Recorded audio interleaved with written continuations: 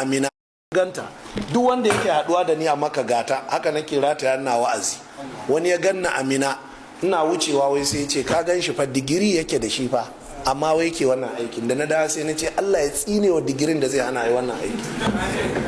Shi dama digirin an yi shi ne dan a zo a yi wa annabi wannan aikin. Yadda ka ji ne da Hausa da ta rikice sai ka ji ne da Larabci da ta rikice sai ka ji ne da Turanci. To na iya Turancin da Larabcin ne kawai dan wa annabi aiki. Na ɗaya kenan. Na biyu jama'a ni wannan aikin da nake jama'a bayan waɗannan dalilan ko uwata abin da ta tirsasa mini kenan. Uwata ta ɗauke ni tana kai ni soro wurin malamai a koya min ƙur'ani da hadisi.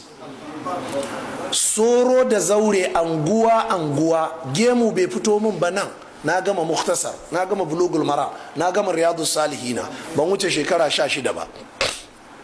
Keke ta sai min ɗaya a Kano ɗaya a Zaria. Ina shiga mota nan na tafi a Dogara nake aje keke.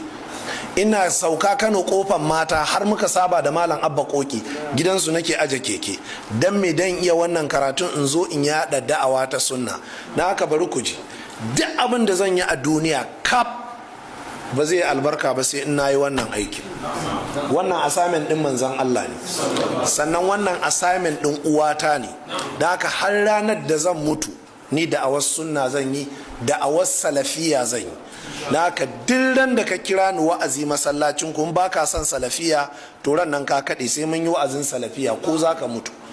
Sai mun faɗi salaf sai mun faɗi abubakar mun ce radiyallahu anka sai mun faɗi umar sai mun faɗi aisha da hafsa mun ce ummahatul mu'minina sannan sai mun tsine wa bid'a sai mun yi mata tofin tir.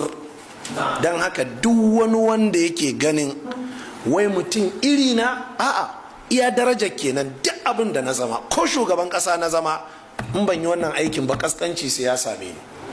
Da haka duk inda ka ganni duk wanda ya sani ba inda ban kewaya a Najeriya da mota ba. Duk inda ka sani arna na shiga kasar sun ga littattafai yan sanda ya leko sai ce this one na lawyer sai ce no na Muslim pastor. Sai ka faɗi haka zai gane na Muslim pastor. Okay oga pastor save journey make una pray for us. Duk inda nake da littafai nake yawo saboda duk inda ta kure da littafi da kyamara da rediyo duk wanda ya sanna a Najeriya ba inda nake yawo sai da waɗannan da littafi da kyamara da rediyo. Shi yasa ranar 10 ga watan Oktoba daidai 2000 dot yau shekara 13 da watanni na fito daga garin Port Harcourt a gidan mai ne wasu suka tare ni murya ta yi ji ana cinikin mai ya ce kama Albani na Zaria shine na ce mishi shine ce ina ma dai